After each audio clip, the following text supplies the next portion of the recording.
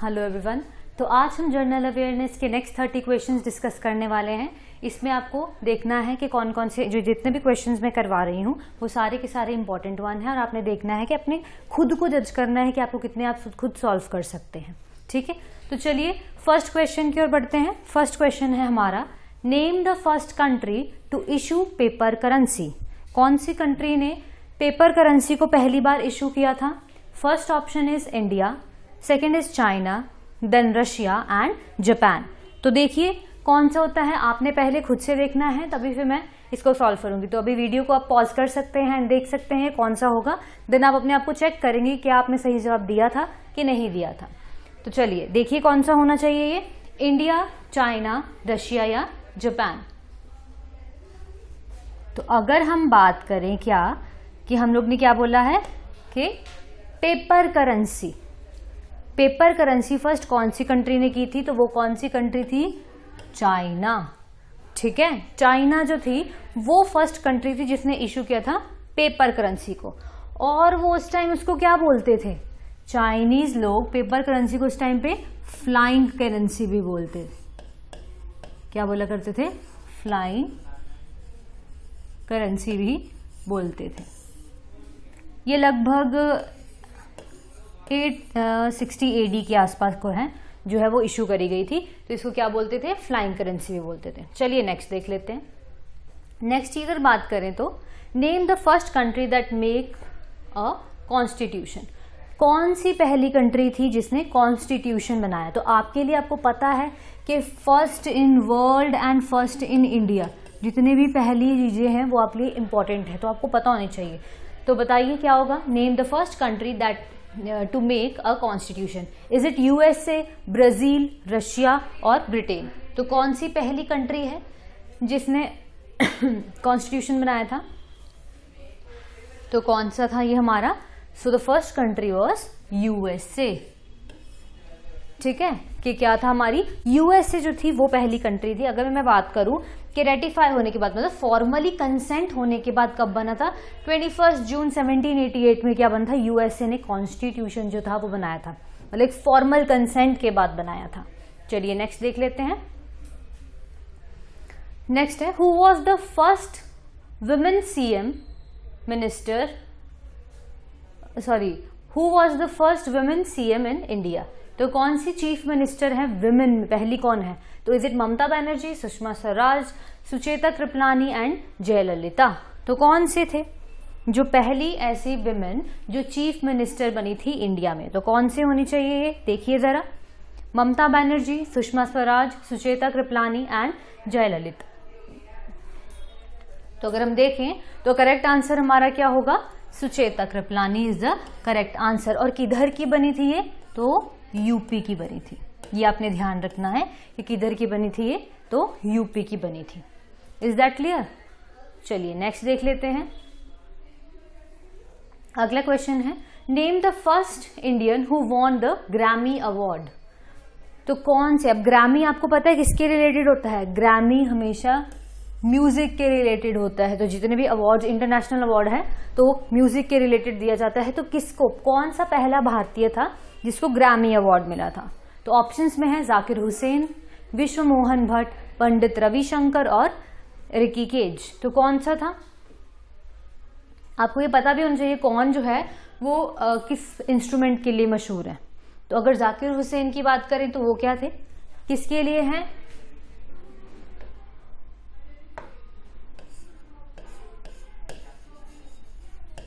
तबला। और अगर मैं विश्व मोहन भट्ट की बात करूं तो वो किसके लिए है? हमारी मोहन वीणा के लिए। इनके नाम पर ही रखा गया है। कौन सा इंस्ट्रूमेंट भी पता होना चाहिए आपको, मोहन वीणा। और पंडित रविशंकर की बात करें तो वो किसके लिए थे? हमारे सितार के लिए। क्या पता आपको इंस्ट्रूमेंट से आ जाए तो सितार के लिए। और रिकी केज, ये तो बड़े मशहूर है, किसके लिए है? कीबोर्डिस्ट के लिए।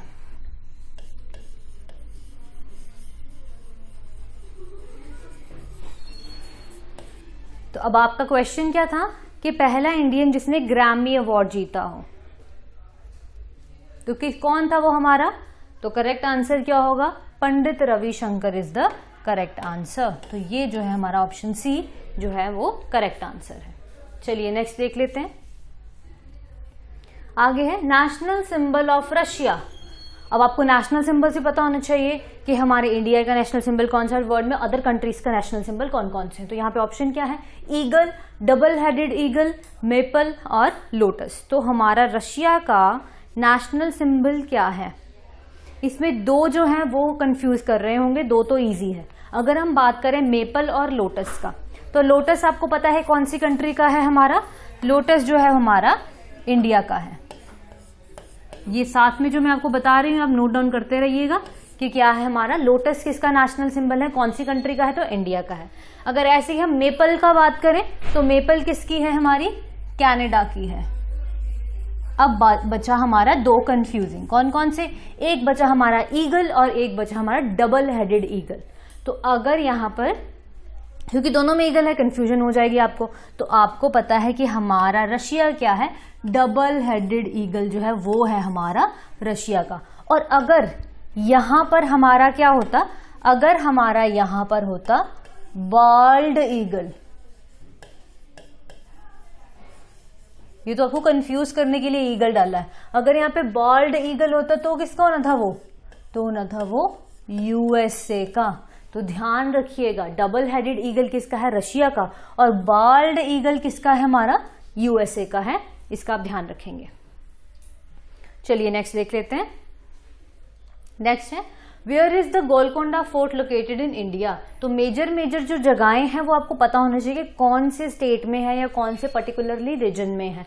तो यहाँ पर क्या है, गोलकोंडा फोर्ट जो है वो कहां पर है हमारा, तो ऑप्शन है हमारे तेलंगाना, राजस्थान, दिल्ली एंड पंजाब। तो कौन सी जगह पे है ये, देखिए कौन सी जगह पे है हमारा गोलकोंडा फोर्ट। तो अगर हम देखें तो हमारा कौन सा है, हैदराबाद में है, हैदराबाद में, तेलंगाना में है ये, कहाँ क्या हमारा गोलकोंडा फोर्ट। चलिए नेक्स्ट देख लेते हैं। आगे है which metal was first use by human among the following. तो कौन सा पहला मेटल है जो ह्यूमन बींग्स ने यूज किया था एंशिएंट में। तो हमारा कौन सा है, bronze, copper, silver and iron. बहुत ही ज्यादा सिंपल है कि क्या था पहला कॉपर, हमारा पहला मेटल क्या था, हमारा कॉपर था। और उसको किस लिए हम लोग करते थे, टूल्स बनाने के लिए काम आया करता था ये हमारा, ठीक है। तो पहला कौन सा मेटल था, कॉपर था, जो हम किसके लिए यूज करते थे, टूल्स और वेपन्स बनाने के लिए काम करते थे उसको। चलिए नेक्स्ट क्वेश्चन देख लेते हैं। नेक्स्ट है which god was worshipped by the people of Indus valley. कौन से भगवान की, इंडस वैली जो में लोग जो थे कौन से भगवान की वर्शिप किया करते थे, कौन से भगवान की पूजा किया करते थे। तो आपको पता है कि मूर्ति मिली थी, है ना। तो किसकी मूर्ति मिली थी, विष्णु की, ब्रह्मा की, इंद्र और वरुण की, या पशुपति की। तो आप देखिए कि कौन से भगवान की मूर्ति मिली थी, तो जिससे पता लगा था कि अच्छा इस भगवान की जो है वो उनको वर्शिप करते हैं। तो कौन सी मिली थी हमको, इसको और भी नाम से जाना जाता है, कौन सी, प्रोटो शिवा। तो करेक्ट आंसर क्या होना चाहिए हमारा, करेक्ट आंसर होना चाहिए पशुपति। तो इनको और क्या बोलते हैं, प्रोटो शिवा भी पढ़ा होगा आपने। और इसमें एक और बात है कि ये 4 एनिमल्स से सराउंडेड थे, मतलब वो जो मिली हुई है वहां पे 4 एनिमल्स से सराउंडेड थे। और अगर हम उन 4 एनिमल्स की बात करें तो कौन कौन से एनिमल्स थे, वो एलिफेंट था, टाइगर था, राइनो थी और बफलो थी। तो ये आपने 4 एनिमल से क्या थे, जो प्रोटो शिवा या फिर जिसको हम क्या बोलते हैं पशुपति जी की मूर्ति थी, वो जो सराउंडेड थी 4 एनिमल से। चलिए नेक्स्ट देख लेते हैं। Next is which religious Sikh guru establish the city of Amritsar. अब आपके लिए इंपॉर्टेंट क्या है, एक कि अमृतसर किसने बनाया और एक के गोल्डन टेम्पल किसने, गोल्डन टेम्पल की स्थापना किसने की। तो एक का आंसर मैं दूंगी और एक का आंसर आप देंगे, आप मेरे को बताएंगे गोल्डन टेम्पल की नींव किसने रखी थी, ठीक है। ये क्वेश्चन रहेगा आपकी, ये आंसर आप देंगे मुझे। और यहां पर हम बात करते हैं कि विच religious Sikh Guru establish the city of Amritsar.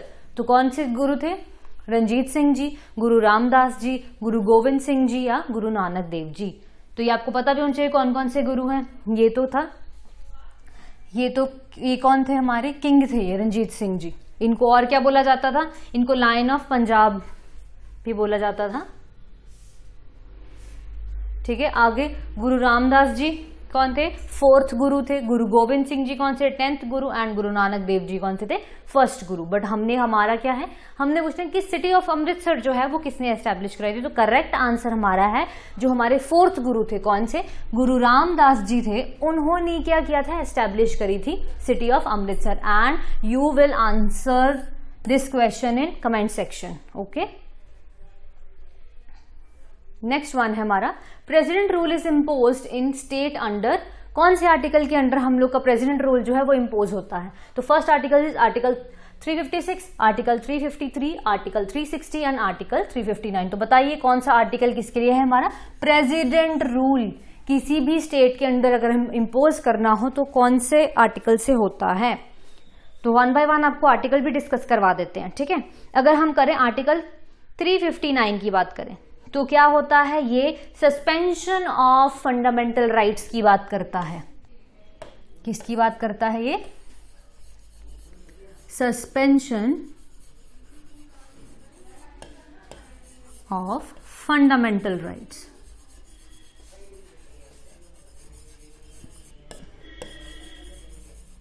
और आपको पता होना चाहिए कि कौन से फंडामेंटल राइट्स हैं जो कभी भी सस्पेंड नहीं हो सकते और कौन कौन से हैं वो 20 एंड 21 जो है ये कभी भी सस्पेंड नहीं होते हैं। अच्छा, ऐसे आर्टिकल 360 को डिस्कस कर लेते, किसके बारे में होता है ये, empowers president to invoke financial emergency. तो कुछ नहीं है, क्या है, 360 किसके लिए होता है हमारा, फाइनेंशियल इमरजेंसी।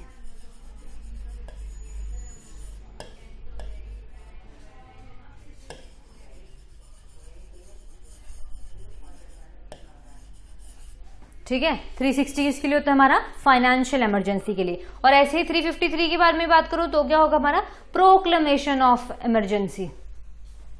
तो ये भी किसके बारे में है हमारा, इमरजेंसी के ही अंडर आते हैं। ठीक, तो हमारा कौन सा बचा, आर्टिकल 356 जो है वो किसको बताता है, हमारे प्रेसिडेंट रूल को बताता है। तो करेक्ट आंसर क्या होगा हमारा, A will be the correct answer जो बताता है हमारे प्रेसिडेंट रूल को। चलिए नेक्स्ट देखते हैं, अगला है,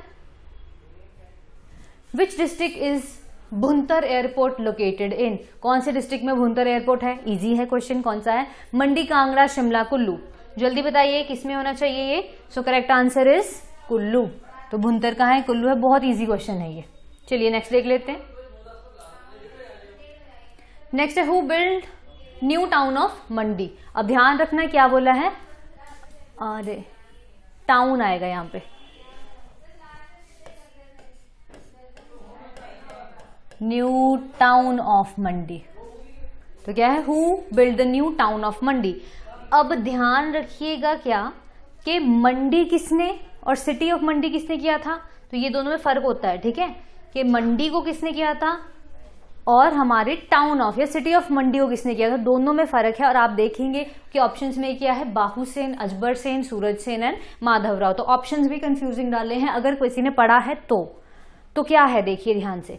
अगर हम पहले बात करें बाहू सेन की, तो बाहू सेन क्या है, उन्होंने क्या किया था, स्टेट ऑफ मंडी को बनाया था। तभी मैं बोल रही थी कि क्या है हमारा, ये कंफ्यूजिंग है क्योंकि दो नाम दिए हैं। तो बाहू सेन क्या है हमारा, स्टेट ऑफ मंडी को बनाने वाले, सिटी ऑफ मंडी को बनाने वाले नहीं है, स्टेट ऑफ मंडी को बनाने वाले हैं। ठीक है, और नेक्स्ट देख लेते हैं अगले कौन से हैं हमारे, अजबर सेन। तो हमारा करेक्ट आंसर क्या है, हमारा करेक्ट आंसर है अजबर सेन। ठीक है, क्योंकि कंफ्यूज नहीं होना, दोनों ही जो है वो इससे एसोसिएटेड है, बट एक ने स्टेट ऑफ मंडी और एक ने टाउन या फिर सिटी ऑफ मंडी को जो है वो बिल्ड किया है। तो Ajbar Sen will be the correct answer. चलिए नेक्स्ट देख लेते हैं, नेक्स्ट है, which one is the longest river in Himachal Pradesh. तो अब यहां पर क्या पूछा है, ये भी आपको पता होना चाहिए कि क्या बोला गया है। एक होता है हमारा लॉन्गेस्ट और एक होता है हमारा लार्जेस्ट। ठीक है, तो लार्जेस्ट एंड लॉन्गेस्ट में फर्क क्या होता है? लॉन्गेस्ट मीन्स लंबाई एंड लार्जेस्ट मीन्स कि उसका कितनी वाइड है वो। और यहां पर क्या पूछा है? यहां पर पूछा है लॉन्गेस्ट, तो हमारे पास क्या आना चाहिए करेक्ट आंसर? करेक्ट आंसर होगी सतलुज। और अगर बाई चांस यहां पे पूछा होता क्या लार्जेस्ट, तो एरिया वाइज, तो क्या होता हमारा आंसर? आंसर होता हमारा चेनाब। ठीक है, क्योंकि चेनाब जो है वो लार्जेस्ट है एंड लॉन्गेस्ट कौन सी है? हमारी सतलुज है। चलिए नेक्स्ट देख लेते हैं।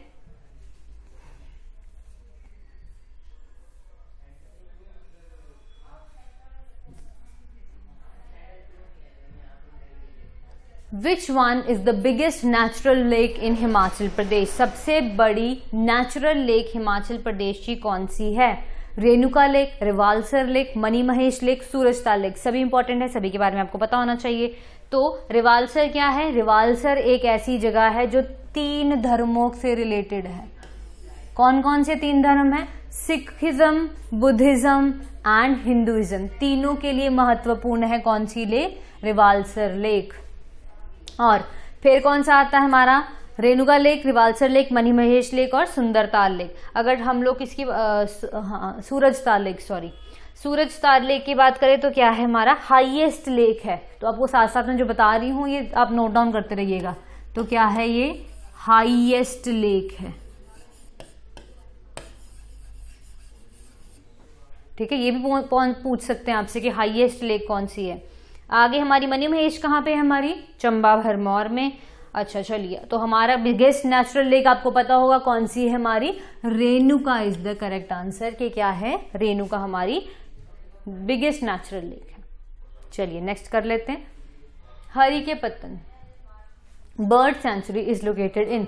तो हरी के पत्तन बर्ड सेंचुरी जो है वो कहाँ लोकेटेड है? हरियाणा में, राजस्थान में, पंजाब में या हिमाचल प्रदेश में? बड़ी बार नाम सुना होगा आपने हरी के पत्तन।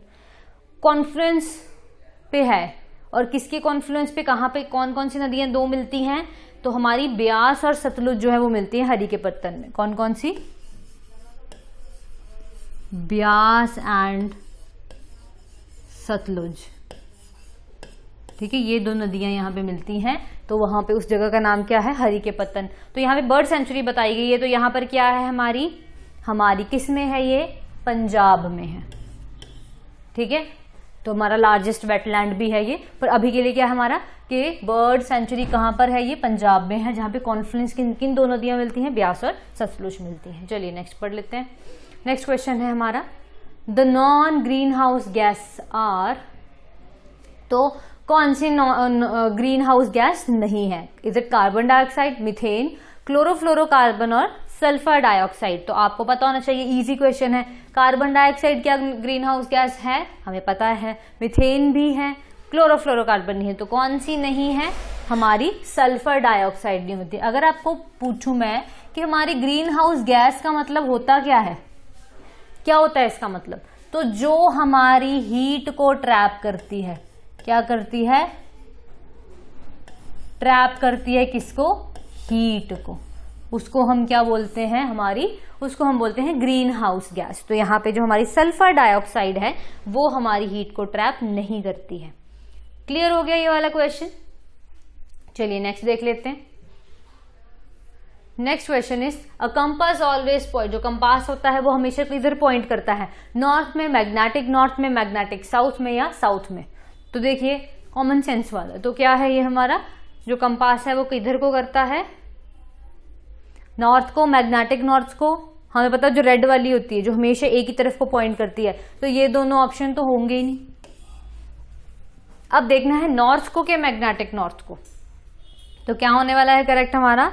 हमें पता है कि किधर को पॉइंट करती है, ये हमेशा मैग्नेटिक नॉर्थ की तरफ को करती है। चलिए नेक्स्ट क्वेश्चन देख लेते हैं। In which schedule are the official language mentioned in the Indian constitution? तो हमें देखना है कि कौन से शेड्यूल में हमारा ऑफिशियल लैंग्वेजेस की बात कही गई है। 5th शेड्यूल में, 6th में, 7th में या 8th में? तो क्या है हमारा, किस में करी गई है? अगर मैं बोलूं 5th की बात, तो 5th में क्या है? इसमें हमारे शेड्यूल एरिया की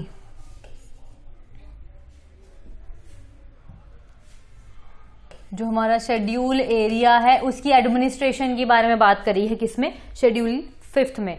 और अगर मैं 6th की बात करूं तो 6th में क्या है, हमारे जितने भी ट्राइबल एरियाज हैं इनके एडमिनिस्ट्रेशन की बात करी गई है। जितने भी हमारे ट्राइबल एरियाज हैं इनके एडमिनिस्ट्रेशन की बात की गई है।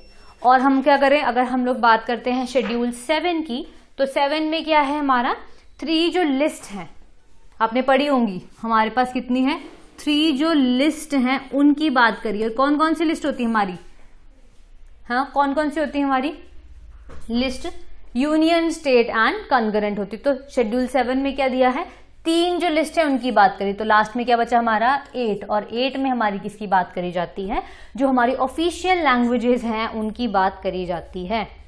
Is that clear? चलिए नेक्स्ट देखते हैं। Okay, by whom is vermi composting done. तो हमारी वर्मिंग कंपोस्टिंग, अब इसका मतलब क्या होता है कि हमने क्या बनाना है, हमने ऑर्गेनिक वेस्ट को फर्टिलाइजर में कन्वर्ट करना है। क्या करते हैं, कन्वर्टिंग, पता होना चाहिए आपको ये क्या करते हैं, converting organic waste into fertilisation, चलो तो क्या किया हमने, ऑर्गेनिक वेस्ट को फर्टिलाइजर में कन्वर्ट कर लिया। तो किसके थ्रू किया जाता है, एनिमल्स के थ्रू, बैक्टीरिया के थ्रू, वर्म के थ्रू या फंगस के थ्रू। ये प्रोसेस एक्चुअली इन चारों में से कोई एक ऑप्शन उससे होता है। तो वो हेल्प करती है क्या, वेस्ट मटेरियल को, जो ऑर्गेनिक वेस्ट है उसको फर्टिलाइजर में कन्वर्ट करने के लिए। तो हमारा करेक्ट आंसर क्या है, हमारा करेक्ट आंसर है वर्म। तो वर्म जो है वो वर्मी कंपोस्टिंग करती है, ध्यान रखिएगा। नेक्स्ट क्वेश्चन है हमारा, which of the following state is not crossed by the tropic of cancer.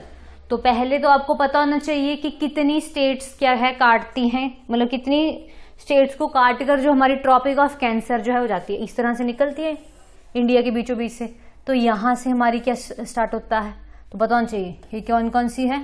पहली हमारी क्या होती है, गुजरात, फिर क्या आती है हमारी राजस्थान, फिर क्या आता है हमारा एमपी। अब यहां पे आपको जल्दी पता लग जाएगा एक्चुअली। फिर क्या आता है हमारा छत्तीसगढ़, ठीक है। उसके बाद क्या आता है हमारा झारखंड,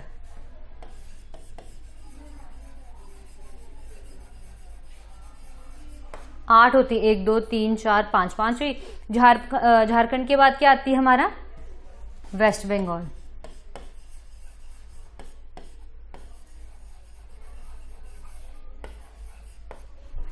फिर क्या आता है हमारा मिजोरम, और लास्ट वन आती है हमारी त्रिपुरा। तो चाहे इसको ट्रिक से लर्न करो चाहे जैसे मर्जी करो, तो क्या आती है Gujarat, Rajasthan, MP, Chhattisgarh, Jharkhand, West Bengal, Mizoram and Tripura.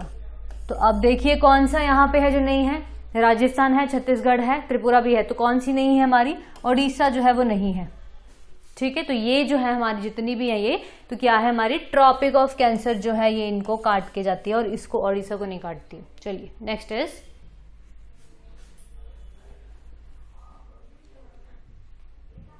Mahmood Ghazni plundered Nagarkot Kangra का इन कौन सी ईयर में उन्होंने क्या किया था, कौन से ईयर में नागरकोट को किसने, महमूद गजनी ने प्लंडर किया था, मतलब लूट के ले गया था। तो कौन सा ईयर था वो, 1009 AD, 1019, 1012 या 1015। ये बहुत बार डेट पूछी जाती है, तो सबसे इजी मतलब ये याद होनी चाहिए आपको। तो क्या है ये, फर्स्ट ए ऑप्शन जो है वो हमारा करेक्ट है। चलिए नेक्स्ट देख लेते हैं, who designed the old parliament house in India. अब आपको पता है अभी क्या हुआ है, रिसेंटली हमारी न्यू पार्लियामेंट जो है वो बनी है, ठीक है। तो वो भी पता होना चाहिए किसने बनाई थी, और पुरानी वाली भी आपको पता होना चाहिए। तो क्या ऑप्शंस हैं? Edwin Lutyens, Herbert Baker, Lord Curzon या शाहजहां। तो हमारी पुरानी जो थी, जो अब हमारी पुरानी हो चुकी है, अभी भी उसको यूज करेंगे बट वो किसी अदर पर्पस के लिए यूज करेंगे। तो किसने डिजाइन की थी हमारी old parliament building? So correct answer क्या है हमारा? क्या होना चाहिए? तो करेक्ट आंसर हमारा, तभी हम उसको बोलते थे लुटियंस, इसे याद रखना, बड़ी बार बोलते हैं वो।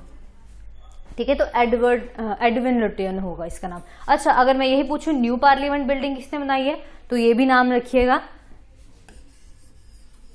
बिमल पटेल। किसने बनाई है new parliament building? Bimal Patel. तो इस चीज का भी आप ध्यान रखेंगे। ठीक है, नेक्स्ट क्वेश्चन देख लेते हैं। Area of seven sisters is, सबसे इजी क्वेश्चन, कि सेवन सिस्टर्स का एरिया किसको बोलते हैं? नॉर्थ ईस्टर्न स्टेट को, कंबोडिया को, मुंबई को या नॉर्दर्न इंडिया को? तो हमें पता है कि कौन सा करेक्ट होगा इसमें, नॉर्थ ईस्टर्न स्टेट्स। हमें पता है सेवन सिस्टर्स हैं वो, तो उसको ही बोलते हैं एरिया ऑफ सेवन सिस्टर्स। अब कौन कौन से हैं वो आप मुझे बताएंगे, ये सेवन सिस्टर्स के नाम बताएंगे आपके, कौन कौन सी स्टेट्स उस एरिया में है, कौन सी ऐसी 7 स्टेट जो है वो उस एरिया में आती है हमारी। अगला है fundamental duties of a constitution has been taken from. तो ये आपको पता होना चाहिए कि हमारे कॉन्स्टिट्यूशन में कौन सी चीजें जो है वो किस कंट्री से ली गई हैं। आपको पता है कि सारे हमारे जो कॉन्स्टिट्यूशन के मेकर्स थे उन्होंने हर जगह से हमारी चीजें ली थी। तो अब यहाँ पे हमने देखना है कि कौन सा फंडामेंटल जो ड्यूटीज है वो कहाँ से ली गई थी। तो इंग्लैंड से, आयरलैंड से, स्कॉटलैंड से या यूएसएसआर से। तो अब बताइए कि किससे ली गई थी हमारी? तो करेक्ट आंसर क्या होगा? फंडामेंटल ड्यूटीज जो है वो हमारी यूएसएसआर से ली गई थी। चलिए नेक्स्ट क्वेश्चन देख लेते हैं। Next is which animal uses its legs to taste the food? तो is it sparrow, butterfly, peak, parrot, both A and C? तो कौन सा ऐसा एनिमल है जो अपने पैरों से फूड को टेस्ट करता है? तो आपको पता है कि नेक्टर जो है वो कहां से सक किया जाता है, तो हमारी बटरफ्लाई जो है वो करेक्ट होगा। ठीक है, तो क्या आएगा हमारा? बटरफ्लाई होगा हमारा। अगला क्वेश्चन है who called dams the temple of modern India? के क्या है? डैम्स को क्या बोला गया है? टेम्पल ऑफ मॉडर्न इंडिया बोले हैं। किसके द्वारा? अटल बिहारी वाजपेयी, इंदिरा गांधी, जवाहरलाल नेहरू या लाल बहादुर शास्त्री? किन्होंने बोला था कि जो हमारे डैम्स हैं वो क्या है? टेम्पल ऑफ इंडिया है। तो हमें पता है कि कौन, किसने बोला था वो? ये बोला था जवाहरलाल नेहरू ने। तो क्या होगा करेक्ट हमारा? टेम्पल्स ऑफ मॉडर्न इंडिया जो है वो डैम्स को बोला था किसके द्वारा? जवाहरलाल नेहरू जी के द्वारा बोला गया था। चलिए नेक्स्ट हमारा है which is world's highest village? पता होना चाहिए, मलाना है, चैल है, किरग्राम है या किबर है? तो कौन सी होगी हमारी? तो हमें पता है कौन सा है ये हमारा हाईएस्ट विलेज, किब्बर है। ठीक है, ध्यान में रखिएगा कि क्या है हमारा वर्ल्ड का हाईएस्ट विलेज, किब्बर है। आगे है the bark of which tree is used for medicine of malaria? तो किसकी, हमारी कौन से ट्री की बार्क, छाल को हम लोग जो है वो एज अ मेडिसिन यूज करते हैं? सिनकोना, बहेड़ा, नीम या वॉलनट? ये बहुत ही ज्यादा पूछे जाने वाला आया हुआ, ये पहले पूछ चुके हैं क्वेश्चन। तो क्या है? सिनकोना की जो बार्क होती है उसकी जो है वो मलेरिया की मेडिसिन बनती है। ठीक है, नेक्स्ट देख लेते हैं हमारा the birth place of Guru Nanak Dev ji is? तो हमारे गुरु नानक देव जी का बर्थ प्लेस क्या है? कौन सा है? देखिए ये लुम्बिनी होना था।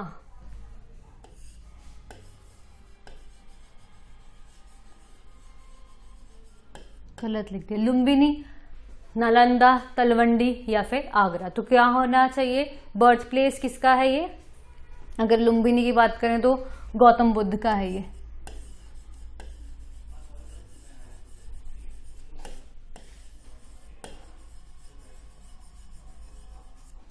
ठीक है, तो लुम्बिनी जो है वो गौतम बुद्ध का है। तो हमें किसका पूछा है? गुरु नानक देव जी का पूछा है, तो क्या आएगा यहाँ पे? तलवंडी आएगा। ठीक है, and last question is how many degrees does the earth rotate in are on it axis. तो अपनी एक्सिस पे जो अर्थ जो है 1 घंटे में कितना रोटेट करती है। Is it 1 degree, 4 degree, 15 degree और 17.5 डिग्री। तो कितना होती है, हमें पता है कि पूरा रोटेट कितने पे करती है 360, है ना। पूरा रोटेट करेगी तो 360 करेगी। एक दिन में कितने घंटे होते हैं 24 घंटे डिवाइड बाय 24 आवर्स। कितना आएगा यहाँ पे 15, तो 15 डिग्री। तो 1 घंटे में कितनी होगी ये, 1 घंटे में हमारी कितने डिग्री होगी 15 डिग्री। बस ये याद रखना कि क्या है 24 घंटे में 360 होती है, तो एक में कितनी होगी ये हमारा 360 फुल रोटेशन होती है ना। तो 24 घंटे होते हैं पूरे दिन में, तो एक में कितनी होगी 15 डिग्री होगी। तो क्या आएगा हमारा 15 डिग्री जो है वो करेक्ट आंसर होगा। आज के क्वेश्चन यहीं पे खत्म होते हैं। आई होप आपको ये समझ आए होंगे। अगले लेक्चर में मैं कुछ और क्वेश्चंस लेके आऊंगी जो कि आपके लिए इंपॉर्टेंट हो। आज के लिए इतना ही। Thank you so much.